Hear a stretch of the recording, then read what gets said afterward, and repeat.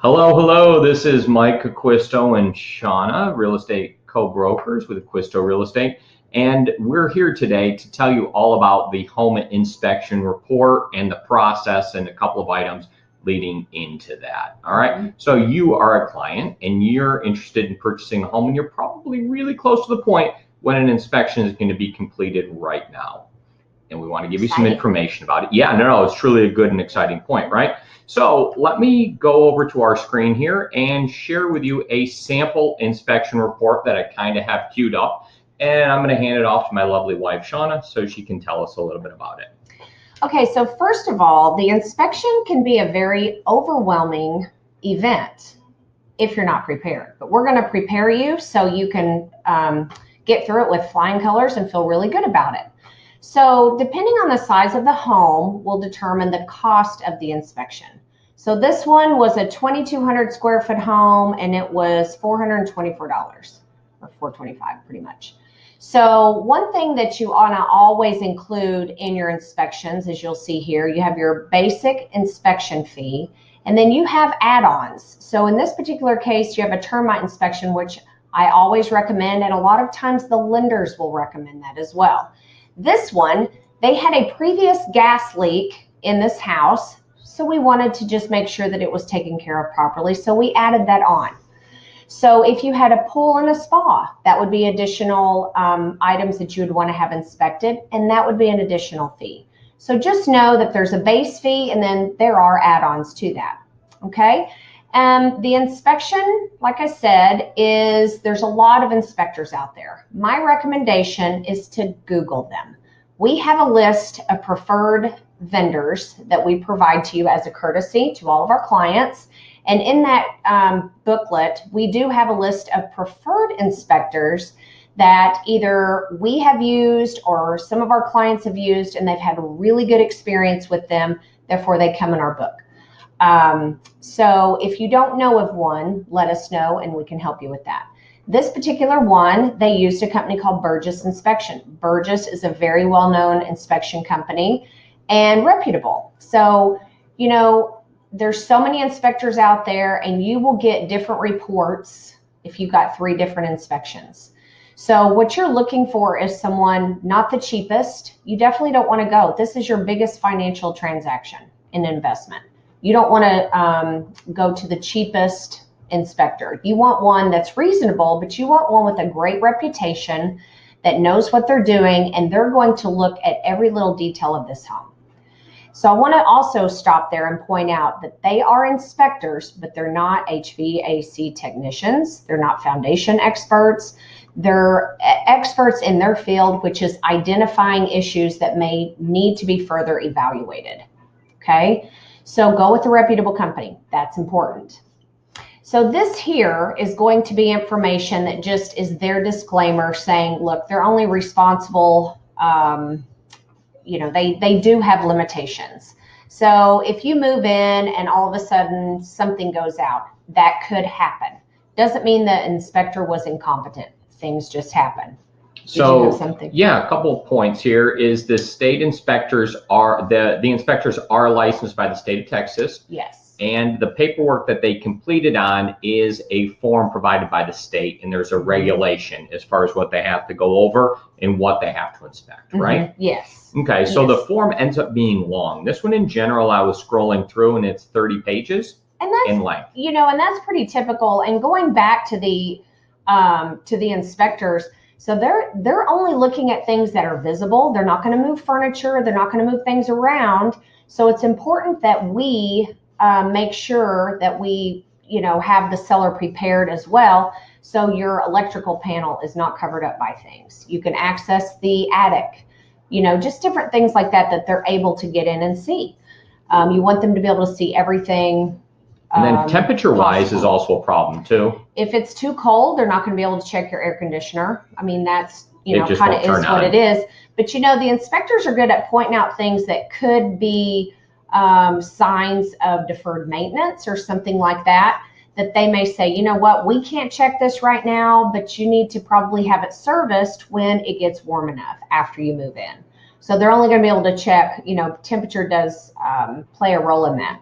The other thing is other parts of the country, the inspections are required. So they either pass or they fail. And I get that question a lot. What if my inspection doesn't pass? But that's not the case here. This is strictly for your own benefit and for your due diligence, so you can feel comfortable about the home that you're purchasing. So when you see things in the report, and we're going to dive into that in just a minute, you might see things that look, they're marked as deficient, but they're actually working okay. So the inspector, they're licensed by the state of Texas, and they are required per the Texas Real Estate Commission to notate anything that is not functioning as it should for the age of the home. And that's the key there. So the older the home, you may have things that aren't up to current building codes, right? So they're inspecting this home, any home, like a brand new home. And so say you have a hot water heater that's missing a new expansion tank that was required recently, right, in the last few years. So what happens is it's going to be marked as deficient, but this hot water heater could be working perfectly. So we're not looking for things to bring up to certain codes, right? That would be considered an as-built condition. We're looking for things that aren't functioning properly. Say that your heater doesn't turn on and it's not firing and not working properly. Those are things that we want to look for. So we're going to go through this list, and kind of typically what happens after we go through the inspection and we determine kind of what's working, what's not, we feel comfortable with things. There are things aside from being cosmetic that we might go back to the seller and ask for them to repair, or to provide you a credit in lieu of these repairs so you can fix them yourself, just depending on the severity of it. And I also look at it as, you know, I get clients ask me, well, what would you do? Would you get a credit? Most of the time, yes. But if it's something that we feel could lead to something else, then we want that on the seller. So it's just going to depend on what it is. And we're here to guide you through that. We want this to be a smooth process. We don't want you to freak out over this. It is a very overwhelming event that happens, but it's not scary. We'll walk you through it. All right. So a couple of the other things is they're going to start all the way at the foundation, and they're going to start like inside, outside, from the bottom all the way up to the top of the house. And they're going to kind of touch every single thing in the house. They're going to turn on like every faucet. They're going to you know, they're touching literally everything in the property. So it takes a period of time. Typical inspection takes about how long? I would plan for 4 hours. And during this 4 hours, you don't need to be present during the whole 4 hours. You want the inspector to be able to focus and do his job. But what I do highly recommend that you attend when he's finished, so you can face-to-face go through that with the inspector and get his take on why he felt that something wasn't really up to par, or something that, you know what, this is okay now, but this is something you need to look out for in the future, and just kind of educate you on what his findings are. One of us will also be present with you. It's very important to have your realtor present with you so they can kind of be there and decipher some of this terminology that you may not understand, because these are things that we hear all the time. Every week we have several inspections that we go through, so we're familiar. So we understand that, and we're going to be there to help you as well. And then they'll take pictures of just about everything. So you're going to have like a lot of pictures. So you're going to look through the report, and just because there's a lot of pictures, a lot of text, a lot of everything, does not necessarily mean bad. No, the longer, it's just more detailed it is. Correct. Right? So the larger the house is, the more things to touch, the longer it's going to take, the more pictures, the more pages. Right. So don't be scared if your report is 40 pages, 50 pages. Yeah. You're just buying a larger home. It could be. Now, another thing that we have started doing is, if you're a buyer and you're out of town and you say, you know what, Shana, I can't be present during the inspection. Will you go for me? Absolutely. We go for you just like we would if you were here. And then one thing that we've done in the past is we've FaceTimed or done some sort of videoing with the inspector and all of us, so you can still, like you're there, talk to the inspector and understand these things as well. So you're not getting it just from us. You're actually being able to kind of be present as well. So we'll do that. All right. So you were talking about some of the big major things that you're going to see during an inspection. So the big things that you look at are? We're looking for foundation. We're looking for things Obviously, structurally, okay, that could be concerning and that could be costly. The other thing, we look at the electrical, we look at the plumbing, we look at all the major mechanicals of the house to make sure that nothing strange is going on or anything looks out of the ordinary. Okay, so we have the disclosure paperwork up front, right? So the homeowner should have disclosed everything to us about the property. And then we have things that are obvious that we can see. Right. So the inspection is not going to cover things like a hole in the wall, right? Or a discolor paint. He will notate it. Just if it sticks out and it's something that he sees, that's something that he's not looking for. He's not going through and saying, you know what, your paint's discolored over here, or more of a cosmetic thing, but something, seeing that stain in the ceiling could be an indication of a leak. Correct. So he's going to point that out and say, you know, get with the homeowner, get with the seller, and find out what that is and if they have any knowledge of it.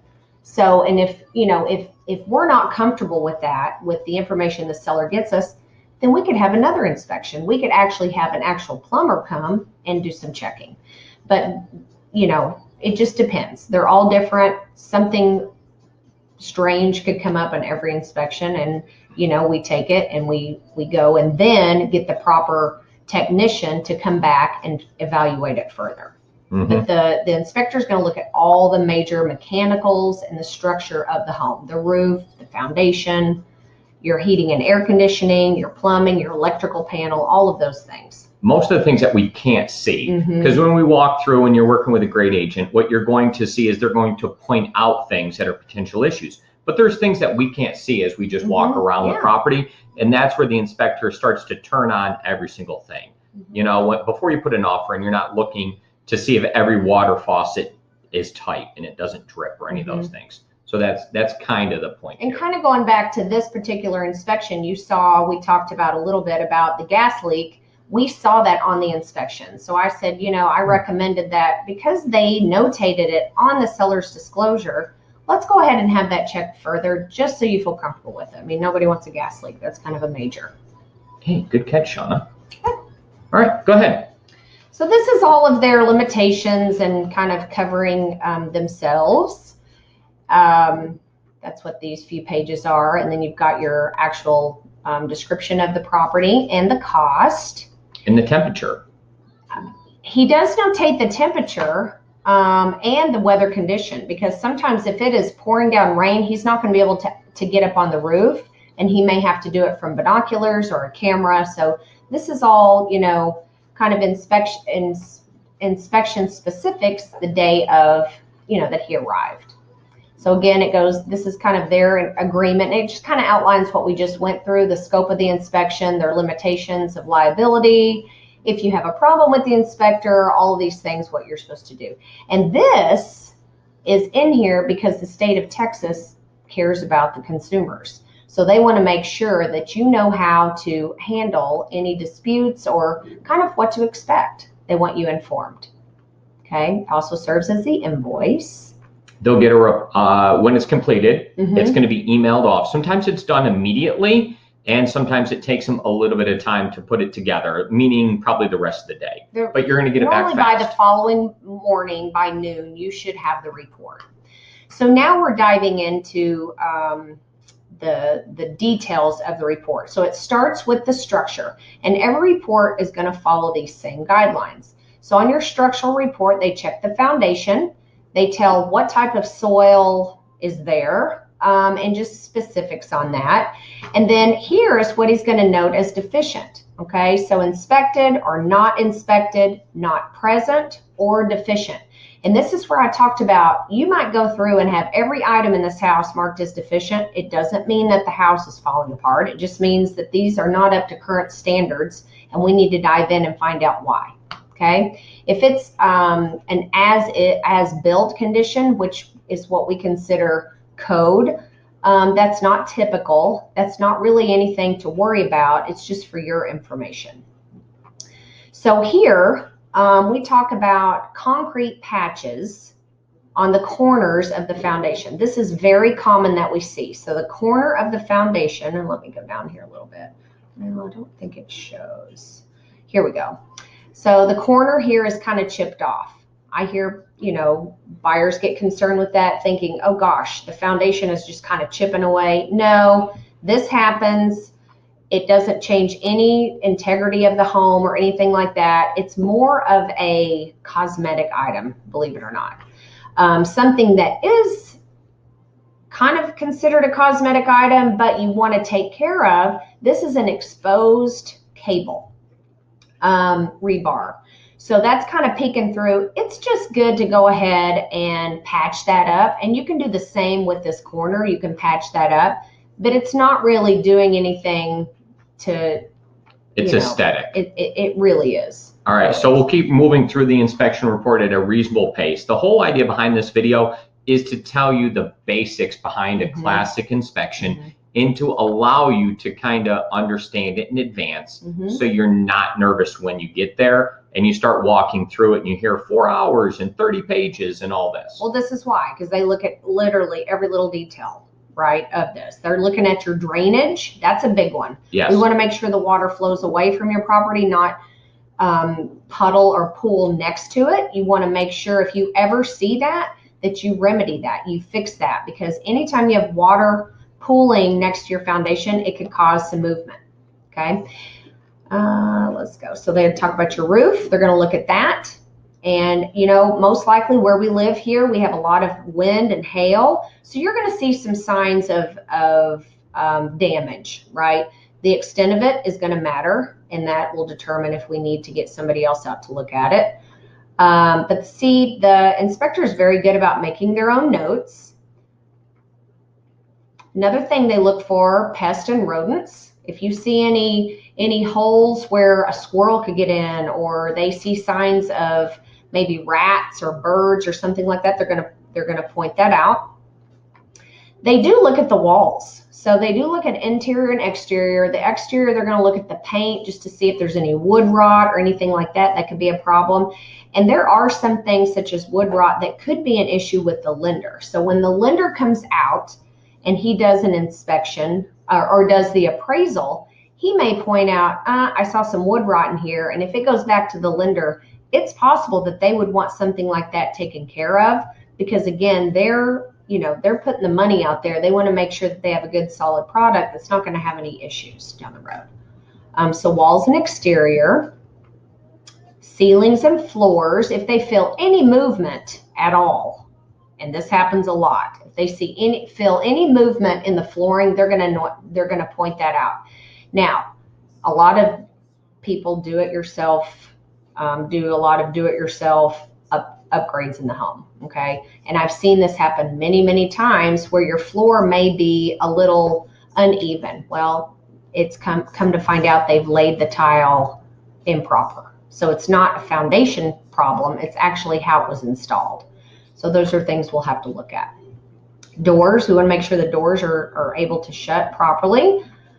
Windows, they have to be able to, you have to be able to get out of the window. So they want to check those. This is a really big one I'm going to touch on for a minute that comes up on every inspection. There's a thermal pane in the window and a seal, okay? And over time, because of the extreme heat that we get here, those thermal seals dry up, lose the seal, and the window begins to get some condensation built up inside. And, it doesn't change the integrity of the window, but they can get ugly over time. It typically takes years for this to happen. But it is something that it's kind of a 50-50 shot if the seller is going to take care of this for you or not. So just understand that I would almost bet that this would come up on your inspection, and we'll talk about it. Now, sometimes you can see it and sometimes you can't, right? Depending on it. Well, we have that. It's temperature wise and the exterior conditions play a big factor in this, and it becomes really prevalent, really obvious at different times of the year. Other times you can't see it at all. Well, in the summer you don't see it. When it gets cold, you'll start seeing just little signs of it getting fogged, maybe around, just around the corners. So, at that point, I probably wouldn't do anything with it. But once it begins to, when you can start to physically see a lot of condensation inside, that's probably a time that you would want to Now this is a broken replacing window them. here. That's this one's different. broken. This is beyond. This is different. This needs to be replaced. Okay, you shouldn't buy a home with something broken. This isn't typical. Now in here, how they'll come in is they can replace just that panel. They don't have to come in and do all Just these the things. glass. So it's not necessarily as crazy or as obscene as it might sound. And just to give you an idea, this window, they typically run about 185 to 225 per window, depending. Now, if you have some that have the big arches, obviously they're going to cost a little bit more, but they're not crazy expensive, right? So let's go back. Let's talk about screens for a minute, because that's something a lot of people move here and they want to open their windows, so they see a broken screen or a ripped screen and they want those taken care of. Most of the time, the seller is not going to cover those, but they're not expensive. I wouldn't worry a whole bunch about that. I would be more concerned with things that are major. Yeah, let's get the big things right. Yes, let's get the big things right.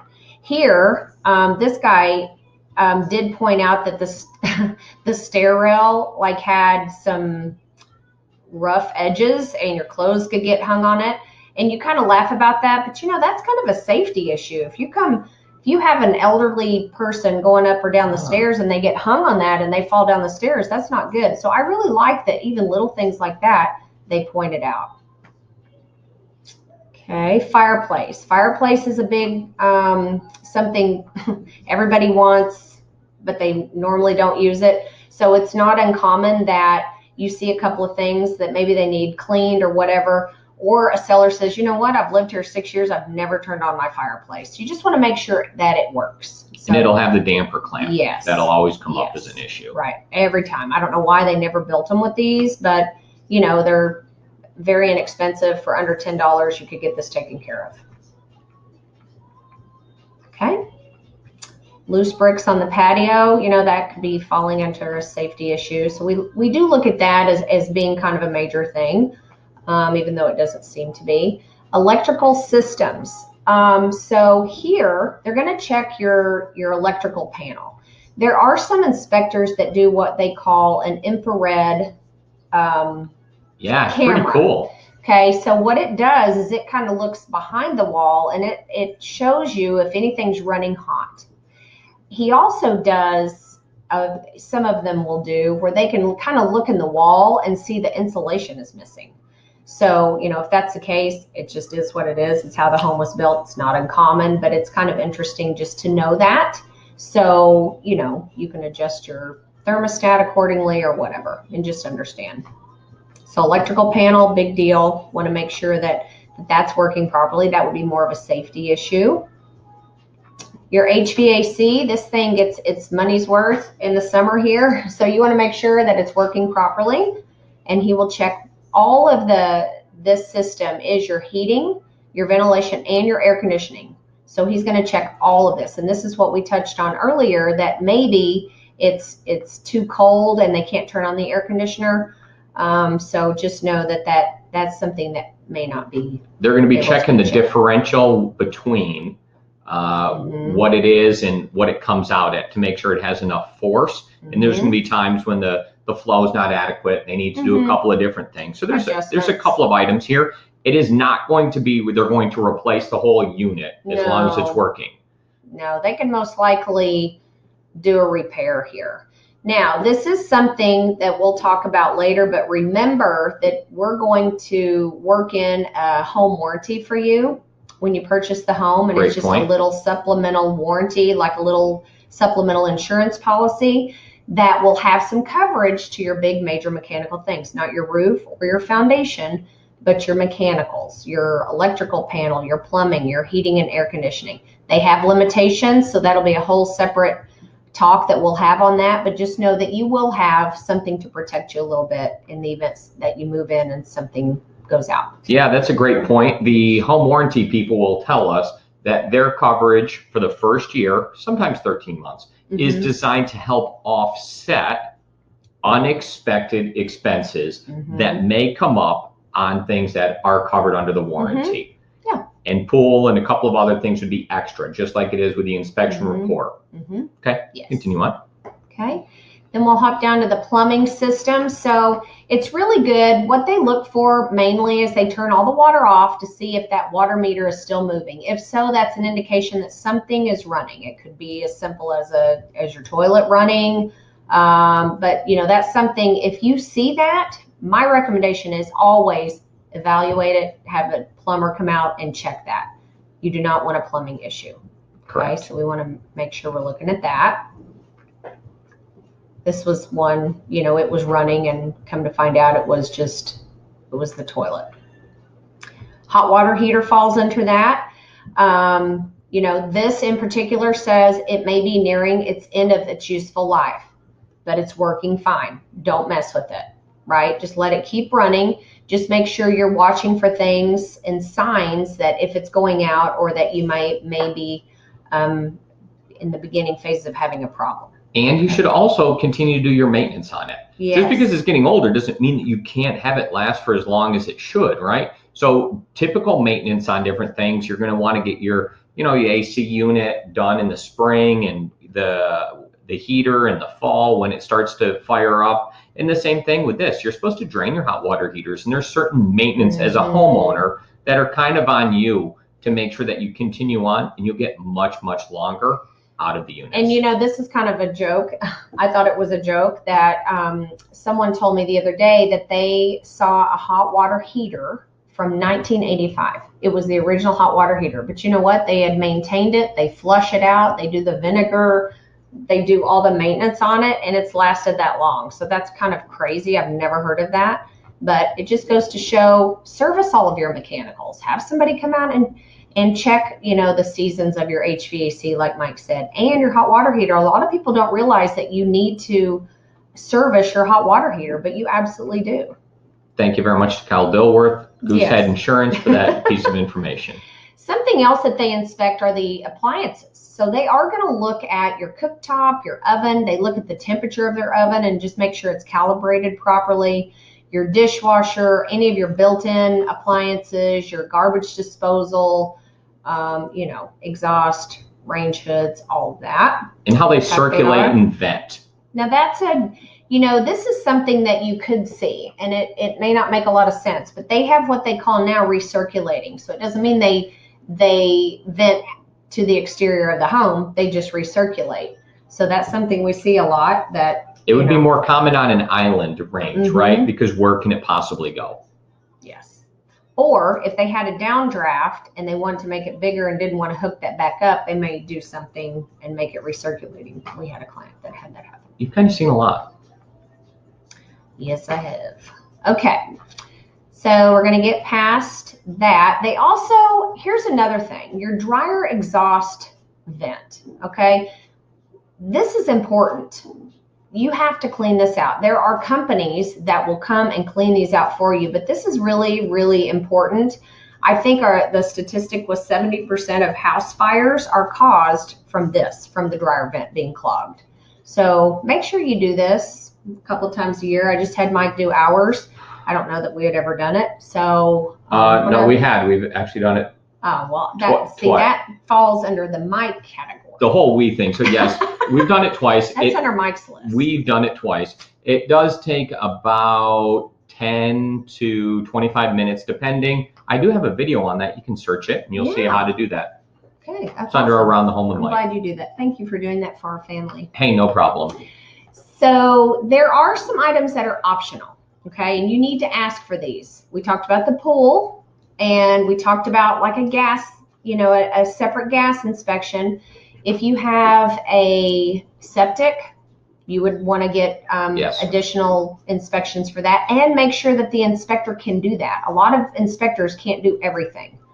If you're concerned with mold for whatever reason, there are companies that will come and do that as well. But most inspectors are not licensed or qualified to inspect for mold. Well, certain people have allergies, right? Yes. So there might be things that are important to you. So if your property is unique and you have something going on, just talk to us in advance, and we can help guide you towards ones that might be better. Everyone is different. So it's house specific, and we'll guide you through that. Don't worry, we got you covered. So the other thing would be if it has an ingrown sprinkler system, which is very common here. you would want to get that checked. And I would say you're going to have a sprinkler head that's probably damaged, because I know that that's another under Mike's list that he has to take care of after the winter. When we begin to start using our sprinkler again, you'll see one, the head's flipped off and it's just totally shooting out of as a control. homeowner, you're going to have maintenance on the sprinkler system, and I would say that you're going to have at least 2 or 3 heads that need replacement on an annual basis, depending on the size of your home, the age, and different things. It just happens. They get hit by lawnmowers, things like that. So it's totally fine. But It's not crazy. It's not that expensive. But your lawn guy, if you choose to have somebody do your lawn work, most likely he can help with that. If not, we have contacts in our vendor book. Okay, so here's your sprinkler control, the gas line inspection that this particular buyer chose to do.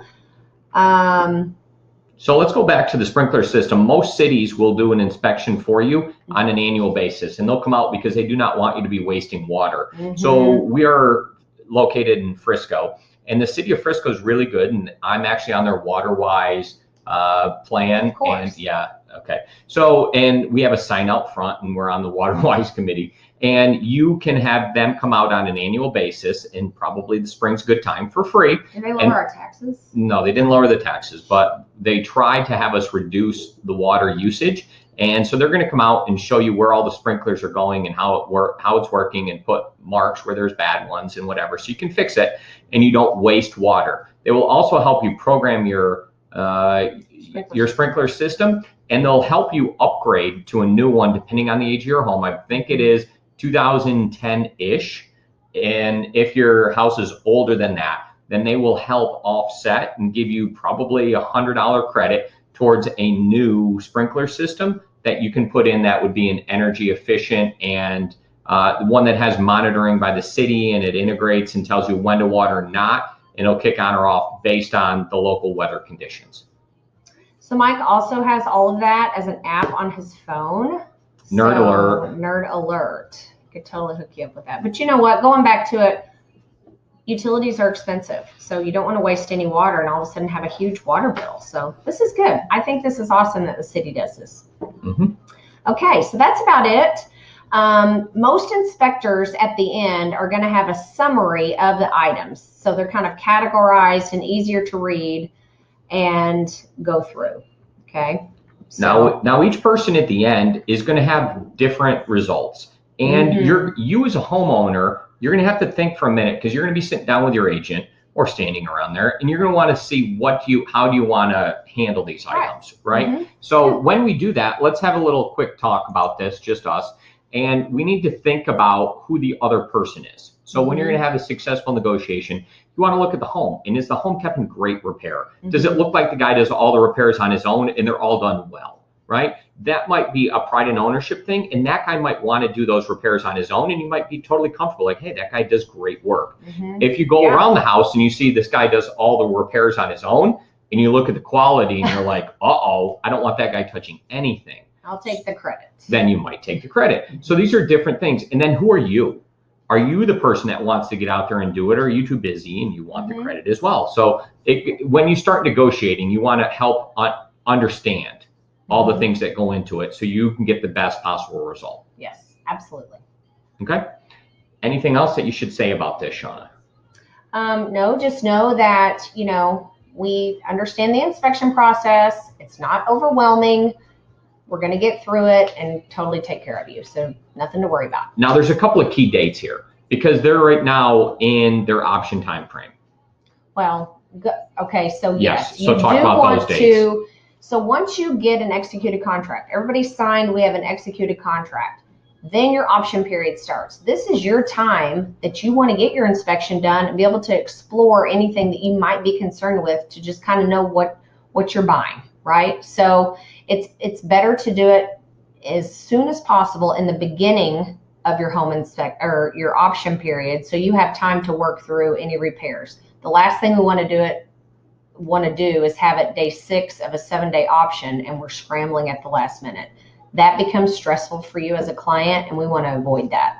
That's not fun. Okay. And now a couple of things, if we need to, we can possibly extend option period if we need to. If you see that, gosh, this inspector's saying that my roof needs to be replaced, something's going on, and we go to the seller and they have to file this with their insurance, and it's going to take some time. And they're like, well, we're not going to replace it if the insurance doesn't cover it. We might need some more time. So at that point, we can say, you know what, let's give everybody enough time to do their due diligence and check it out. And that may be a situation where we would extend the option period, and that's okay. But we don't want to do it just because we drug our feet and waited till the last minute to get the inspection scheduled. So, good. And just because you want to extend it doesn't mean the other side's going to. They don't have to. Here's the other thing to understand. The seller doesn't have to fix one thing. Even in this case, if the window was broken and this was broken and the HVAC wasn't working, they could say, you know what, I gave you a good price. I'm not fixing anything. They are not required. This is only for you. So, we have to feel good about all these things that you're purchasing. These are things that you're inheriting with the property that you want to be aware of and should reflect in your price. All right. And then we're going to probably have some document that goes back and forth that we start to talk about. And that's probably the repair amendment? Yes. So we like to break it down in a very simple way and easy to read. So we present that to the seller. So we'll have 2 pages. One will be an actual amendment, which is on a contract form, our Texas Real Estate Commission promulgated form. And then we have an attachment to that, which breaks down what we're asking them to do very specifically. So you'll have 2 pages. Okay. And then you'll say very specifically, like, it should be fixed by a licensed professional. We want receipts. We want warranty, whatever. So that is covered in your contract. So it's covered in your contract that the seller is supposed to hand over the property in the same condition as it was when you saw it, right? He's responsible up until that point. Any work or repairs that they do must be done by a licensed technician if applicable. So anytime you work on your hot water heater or work on gas lines, that is required by the city that it's done by a licensed plumber. So things like that is in your contract, but we also outline it and reiterate it in our repair request, and we ask for them 5 days in advance. That doesn't always happen, but we ask for it. And if it is something really major that we're concerned with and we want to make sure that it was actually repaired, we're going to recommend that you call this inspector and ask him to come and do a re-inspect. We're not, licensed plumbers or HVAC technicians, so we want to get the inspector to come back out and take a look and make sure that it is different and repaired versus the first time that he saw it. So that's something to think about. Typically, when you have an inspector come back out, he charges you about $150. So it's just food for thought. Okay. So at this point, you are an expert on home inspections, the whole process and what's going on. You're prepared. Okay. And you have Shana on your side, the 2018 Texas Texas Women's Association of Realtors Woman of the Year. You're in great hands. And if you made it to this point in the video, please send me an email to mike@acquistorealestate.com and let me know that you actually watched this whole thing. See ya.